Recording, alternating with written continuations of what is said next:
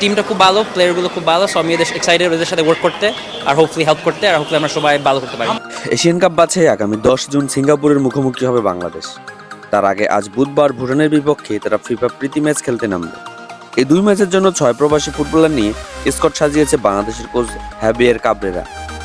তাদের মধ্যে সবার শেষে ঢাকায় পা রাখলেন কানাডা প্রবাসী ফুটবলার সামিত সোম। কানাডা জাতীয় দলের হয়ে খেলা এই মিডফিল্ডার বাংলাদেশের জার্সি গায়ে জড়াতে গত 6 মে ফিফার প্লেয়ার স্ট্যাটাস কমিটির অনুমোদন পান। এরপর থেকে তিনি বাংলাদেশ জাতীয় দলে অভিষেকের অপেক্ষায় ছিলেন। সেই অপেক্ষার ইতি ঘটাতে আজ ভোরেই ঢাকায় পৌঁছেছেন সামিত। ভ্রমণ ক্লান্তের জন্য আজ ভুটান ম্যাচে তার বিশ্রামে থাকার সম্ভাবনা রয়েছে। আন্তর্জাতিক শাহজালাল বিমানবন্দরে পা রেখে সামিত সোম জানান, খেলার উপর চিন্তা করছি, আমরা কোচের সাথে কত বসি, আমরা কীভাবে খেলতে চাই, আমার রোলটা কি।